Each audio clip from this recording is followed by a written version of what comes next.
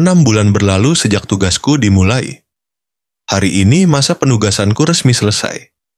Pesawat yang kutumpangi baru saja mendarat di Bandara Hussein Sastra Negara. Perjalanan panjang itu membuat tubuhku letih, tapi ada rasa lega karena akhirnya bisa kembali. Di dalam mobil menuju rumah, ponselku berdering. Nama yang muncul di layar membuat dadaku berdegup. Nadia. Aku menekan tombol hijau. Halo Nadia, suara di seberang terdengar tajam bercampur rindu. Khalil, baru pulang dari tugas kamu langsung jemput dia? Kamu sudah tidak mencintaiku lagi? Selama 6 bulan ini pun kamu tidak pernah menghubungiku. Aku menarik napas panjang. Bukan begitu Nadia, aku bukan tak cinta. Aku hanya harus menjaga marwahku sebagai tentara. Terdengar tawa kecilnya, samar namun menusuk. Sesampainya di Bandung, sosok Humayyah langsung menyambut di depan pintu. Senyum lembutnya menyiratkan ketulusan yang sulit kuabaikan. Mas Khalil apa kabar? Mas pasti capek. Ayo masuk. Ucapnya sambil meraih tas besar di tanganku. Tidak usah nah Humayyah, ini berat, jawabku. Tak apa mas, aku bisa. Katanya tetap memaksa, matanya teduh. Ayah dan ibu Humayyah tampak bahagia melihat kepulanganku. Bagaimana perjalanannya, nak? Tanya ayahnya ramah. Alhamdulillah, lancar pak, jawabku sopan. Dari dapur, Humayyah datang membawa segelas teh hangat. Mas mau makan? Tanyanya lembut. Aku menggeleng. Aku masih kenyang. Ponselku kembali berdering, pesan singkat dari Nadia. Awas ya mas, jangan sampai jatuh cinta pada perempuan itu. Aku mengetik balasan singkat. Tidak sayang, di hatiku hanya ada kamu. Malamnya, aku duduk di sudut kasur. Panggilan dari Nadia kembali masuk. Mas Khalil, ini malam kedua kamu bersama Humayyah. Jangan sampai kamu tidur dengannya, jangan sampai terperdaya. Aku tersenyum tipis.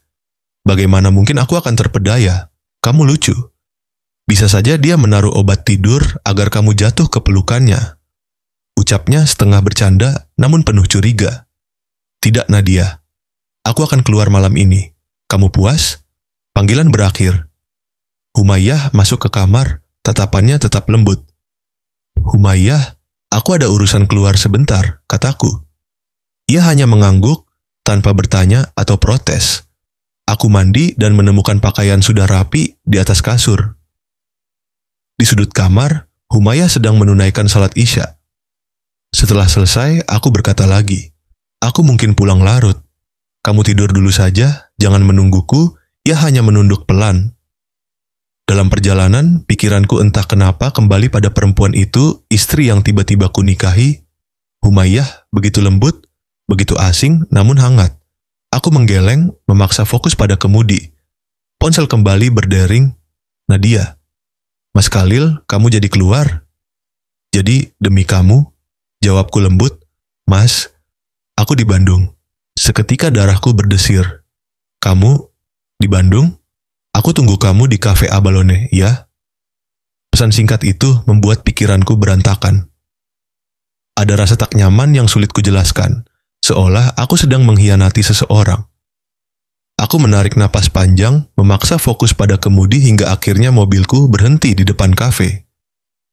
Di dalam, Nadia sudah duduk sambil tersenyum. Pakaian yang ia kenakan begitu terbuka, kontras dengan ingatanku tentang Humayyah yang selalu tertutup. Anehnya, kali ini aku justru merasa risih.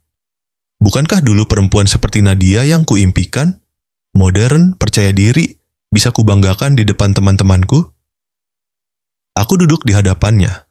Nadia langsung mencondongkan tubuh, tatapannya tajam. Mas Khalil, kapan kamu menceraikan dia?